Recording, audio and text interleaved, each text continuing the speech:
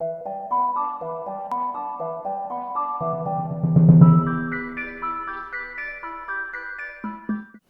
back to our unique project, The Innerview with Chiluveru. My name is Chiluveru. I'll be your host. We are at our studios in Atlanta, United States. We have a unique guest today. His name is Mr. Narender Reddy. Without wasting much time, I would like to turn over the camera to our guest, Mr. Narender Reddy. Mr. Reddy, thank you for accepting to interview with me. It's my pleasure. And it was a short notice. I sent an email last week and you're here. Thank you so much for being with us. Sure. So, I have actually prepared a long list of questions because you have three different segments here. We have one political activism, then you're a community person, then you also are a professional. So questions are long, but we can take as much time as we want. So very first question is, what brings you to this country? Is it for a better lifestyle or any pressure from your parents or peer pressure that brought you to this country? Actually, my parents were against it. And Awesome. but I just did my law in those days. I started working for the state government, and I worked there for almost like 5 years in the state government. But I saw the system, how corrupt it was. So I could not take that one. But also before that, I knew about America and America standards of living and standards of conduct and all those. So I thought this is not the country for me, so I should go to America. So just like that, within 3 months I planned it, I took TOEFL and I got admission here in the University of Evansville, and I was here within 3 months once I got that idea in my mind. So you went on pursuing the law, like you did earlier Yeah. there? And I was working for the state. State, okay. So after coming here, you did the management. Yeah, MBA. Was it to supplement your career or how did that happen? No, I knew that doing law in this country would not be productive for me because of the ethnic origin and the accents, particularly in those days. It was very tough for an Indian attorney to succeed in this country. So I realized that MBA would be my cake to enjoy later on. So that's what I did. Okay. Have you ever thought of returning to the India? It could be an incident, it could be any other reason, like you didn't get what you want. So some people do go back because their heart beats for their country. So have you ever thought of that due to any family reasons or anything? Absolutely not, because the reason is I was already frustrated in India. So when I was leaving, I told my friends, I'm not coming back. Okay, this is it. That's what it is. And absolutely, I have no regrets also. The reason being, and America gave me much more than I ever even expected or dreamed. So there was no reason for me to even think for a second that maybe I should go back. No, I didn't do that. Okay. Now, you have definitely noticed a lot of Indian diaspora, like a lot of immigration happening, and it's happening at a very faster pace. Like you take about 10 years back, maybe it was about 100 families a day. Now it is 1,000 families a day. It's like that. So, what is the reason, number one, and what have been the major changes in the lifestyle of a typical Indian American? Only thing is the growth is so fast. The reason being, we were not growing that fast in the 80s or 70s or 60s. All this immigration from India started coming only in the late 90s. So that's why we are here, so many people right now. But still, when you compare to a small country like Filipino, our population is less than them. They are only 3.4 million, whereas they are 4 million. True. So we are not really accomplished anything. Only thing is we are trying to catch up the things that we could not do before, the immigration that we could not do before, migration I mean. So that's what it is. Okay. Now, your life as a political activist, this is going to be an interesting topic for you, for me, as well as for our audience, right? Yeah. The very first question, definitely, I'm sure you're going to expect this. So, Yeah. why Republican? You have been a Republican.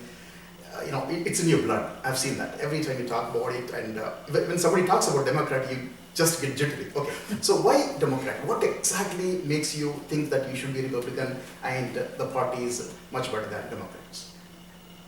When I came to this country, I never even planned to get into politics. Okay. The reason being, we saw how corrupt politics in India in those days. Right. So I never even imagined that I will be here getting into politics. But when I was a student here, I used to watch President Reagan preaching about the entrepreneurship, family values, and faith in the religion.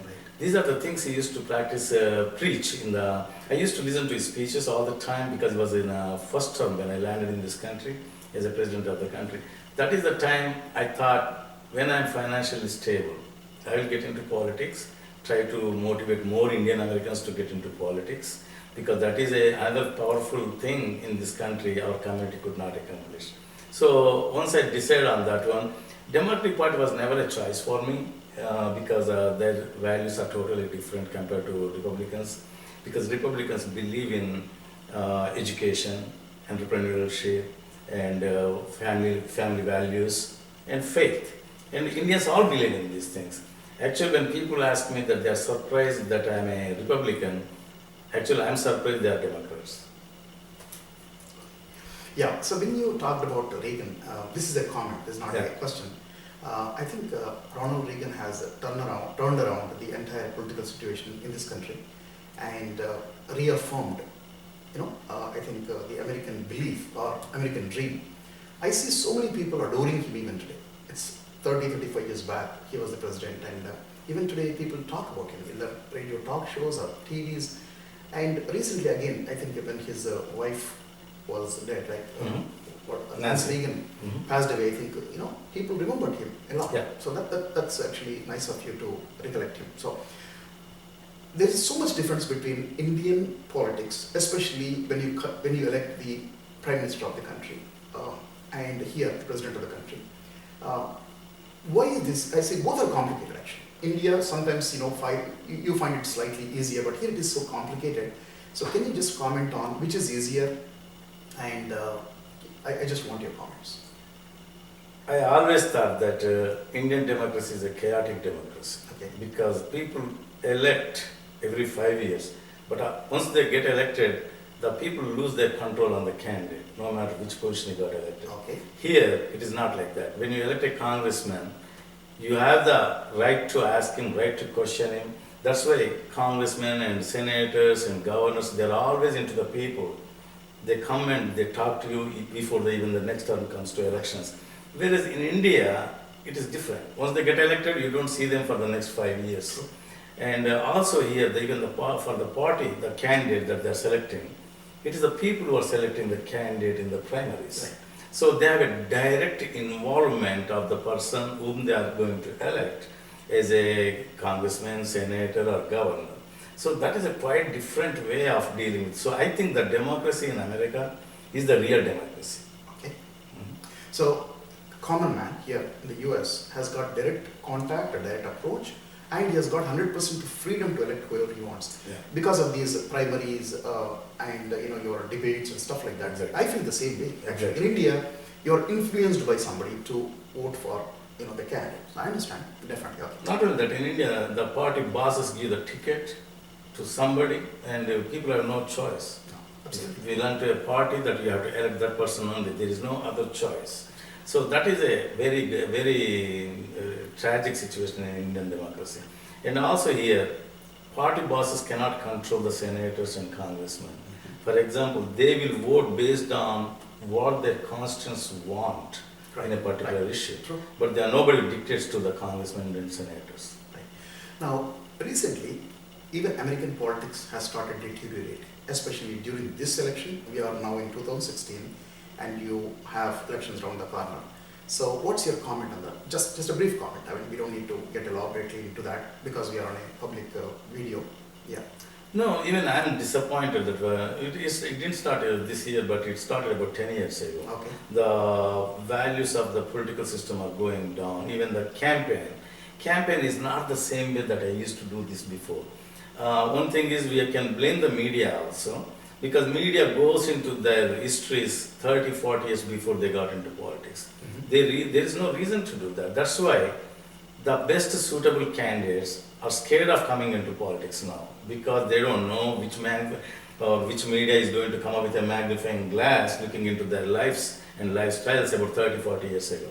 So that is scaring the real qualified people away from the politics. So people who cannot get any other things better than this, they are coming into politics. Sometimes I wonder, I used to dream that one day Indian politics will be like America.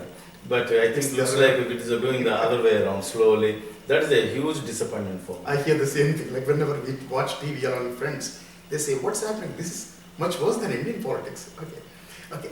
Now, in this past about 25 to 30 years, you have been closely associated with top national leaders, right from your congressman, secretary of the state, governor, even presidents.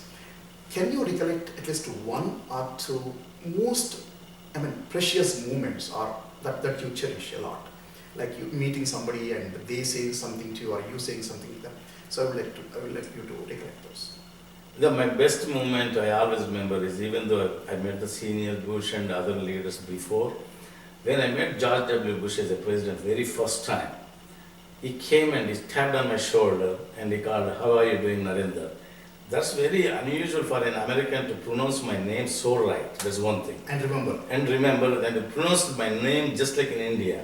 That's very unusual for Wow. any American politician. So that shows, that showed me something like he practiced my name, or he found out how my name is to be pronounced before he could come.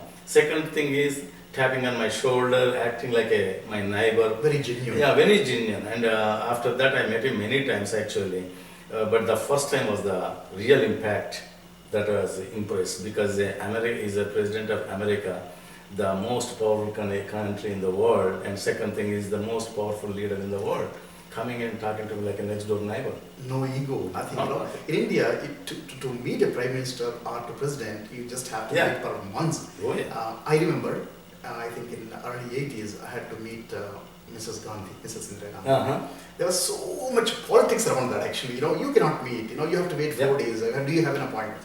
Finally, I got into, and then I could speak to her and I could interview her. But here, it's easy. Just walk into perhaps the White House and get an appointment. You can meet him and shake Yeah. hands. He'll remember you. Yeah.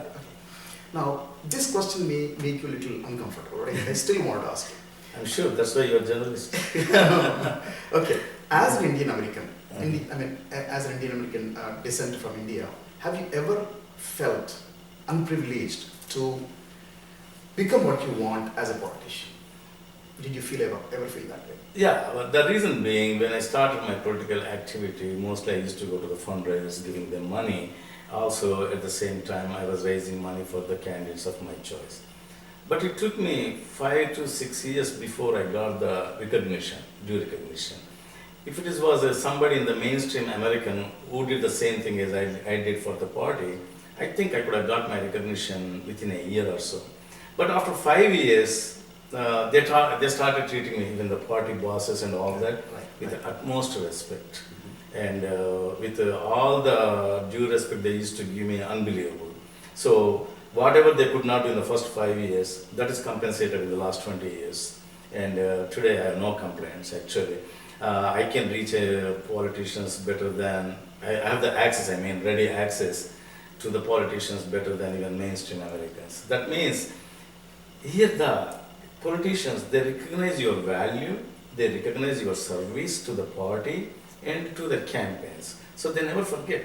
That is a major thing. That's what I was attracted to getting into the campaigns. Otherwise, I wouldn't have got into campaigns. Same thing with any other field. If you have talent, nobody can stop you. Yeah, Even same thing, exactly. Even a hardcore conservative American who loves his country, a patriotic person, also will definitely welcome. I have one more question about your political activism. I think a few years back, about 6 or 7 years back, I heard that you were a part of the electoral college. That means you had a right, or you had an opportunity to elect the president too. Can you explain? I think the whole Indian community in this country is definitely proud of you. Not only here, all over the world. Hey, my own person, my own Narender Reddy is electing the president. In fact, actually, my wife told me, not me. She found out and she told me, I was so happy. So, tell me all about your experience with that. In 2004, when George W. Bush was running for the re-election, I happened to be the state vice chairman for the campaign committee, and also I was one of the vice chairman for the finance committee. But my biggest reward from all those campaign things I went through those years was when they asked me to be one of the electoral college members. In Georgia, we have only 14 members on the electoral college. And the electoral college members are the one who really elect the president. It's not the individual voters. They elect us, we are the one who really vote for the president after the that November 5th or whatever the Right. date. Yeah. So that is very trustworthy position because they do lot of background check and all that. When Governor Purdue called me and said, Narender, you are going to be one of the electoral college members, you need to file for nomination. I was shocked. I said, Governor, this is very trustworthy position. It's an honor. Yeah, it's a great honor, also very trustworthy position. And he said, that's why we are asking you. Okay. That's one thing. So The second thing was 2004 and 2008, I was a delegate from the state of Georgia for the to the Republican National Convention. That is the first for any Indian American. You know what? I remember seeing you in the convention. Ah. In fact, I called you next day, so I Yeah. saw you at the convention. Yeah, so that is the biggest reward for me, and particularly till then, or even till now, no other Indian American went to the Republican National Invited Convention, invited convention as a delegate. Those are the things I'm very proud of. I'm sure we will see many more things like that. Hope so. Okay. So here is my thing. I was discussing with my friends at a party, and there are about 7 different people who are voicing against my opinion about Trump. I said Trump will win, and he'll be your president for next 8 years. And in fact, I took a bet of $500 each. And it's not that I like him or dislike him. I don't want to say it on this video, but definitely he will be the president. And today, I think that's what it appears. Anyway, so my next question will be, a lot of Indian Americans are getting into politics. If you see, even young kids, they say, I'm now going to school and doing my public administration. So let's get back to, let's go back to this Bobby Jindal who was trying to become the president, and Nikki Haley, a budding vice president or president. So please tell me, why are so many people attracted to this in spite of their race or descent? I just want your comment. I mean, there's no question here, but I want you to comment. Actually, Indian American participation in the politics is very, very less, even today. Look at this. We have to compare our community with the Jewish community. Okay. Jewish community their population is 5.7 million, and our population is 3.4 million. So they are not even twice the population of Indian community. Right. But when you look at the offices that they hold, currently we have 10 US senators and 19 US congressmen and 3 people on the US Supreme Court. Where are we? We just got 1 congressman, that's it. Okay. And we don't have anybody in the Senate ever. Even this congressman, I think, 3rd in the history in the last 70 years that we've been in this country. So we have a long way to go. Even today, our parents, because of their background that they came from, the country that they came from, nobody will encourage their children to get into politics. But if you look at the Jewish people, they do. And the other thing is they do the business also, but they also get into politics.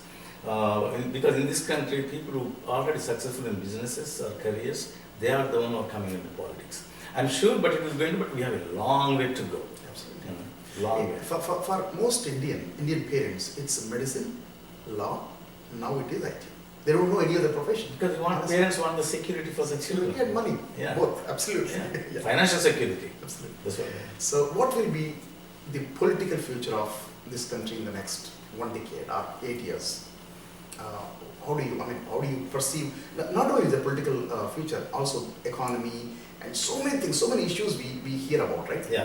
Terrorism or immigration, you have economy, stock markets, all those things. So I want your perhaps consolidated comment about American future in the next 8 years. Today, actually, we are at the question mark. American future is question mark.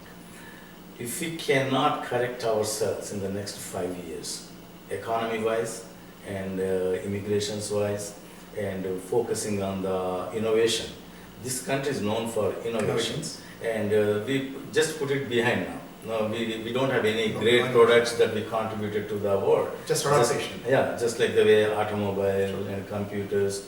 We didn't have anything in the last 20 years, hardly anything, other than Facebook and Google and YouTube. Social media. Right. Social media. Other than that, we don't have any kind of special product that we contributed to the world. So, another thing is politics also coming down. The values are going down in political campaigns, and they are doing it in a different way.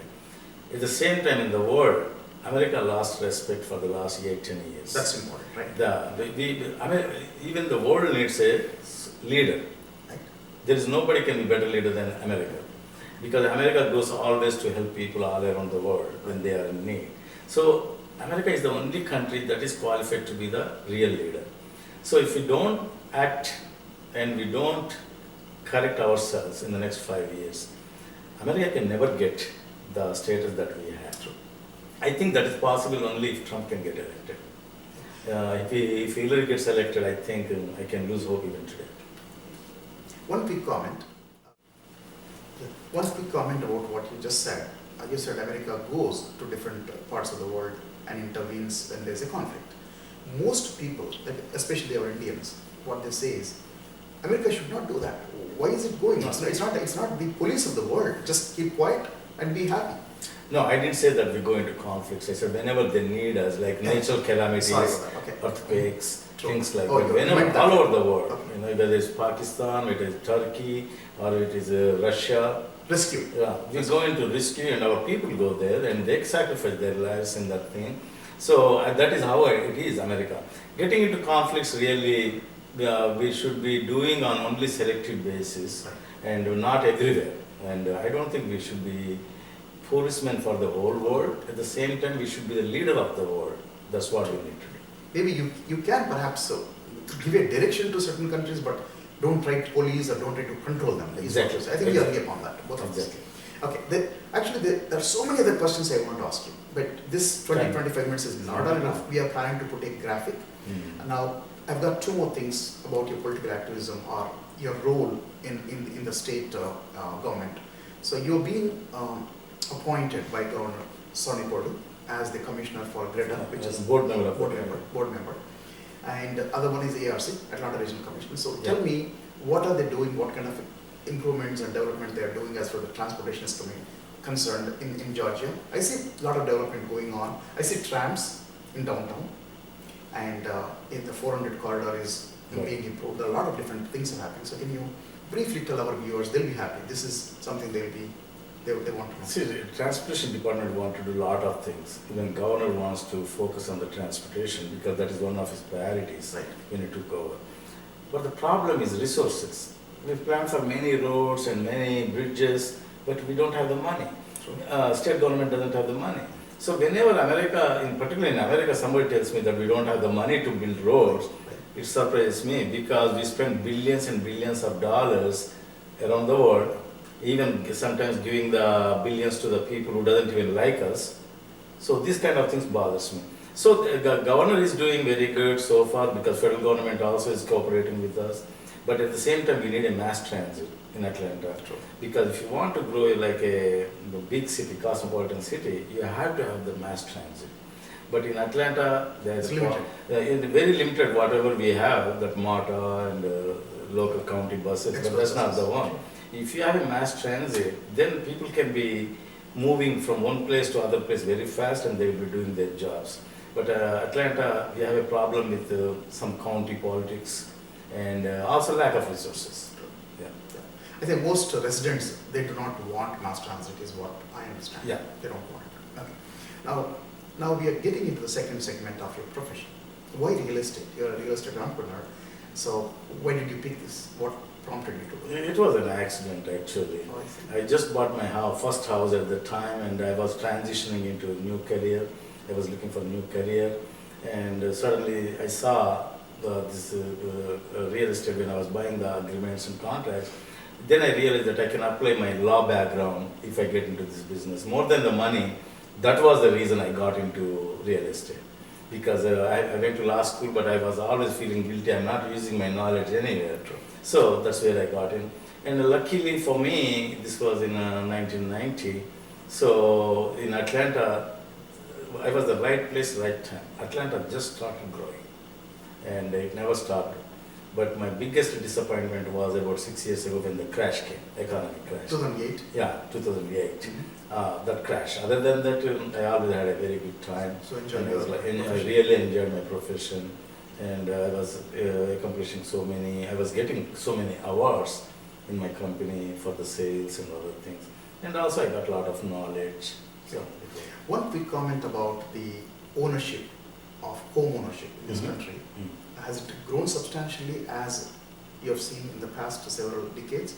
Or was there recently, is it growing the way it is growing? It is growing, and also everybody, that's the American dream. Having owning a home is an American dream. Particularly Indian American community, Asians, and all these people, they are the first ones to buy the house the moment they qualify. True. And the only thing is, if I have to tell something as a warning to some of our people is, don't buy a house that you cannot qualify. Always buy a house that you are more overqualified. But don't buy a house that you cannot afford. That is not a good thing.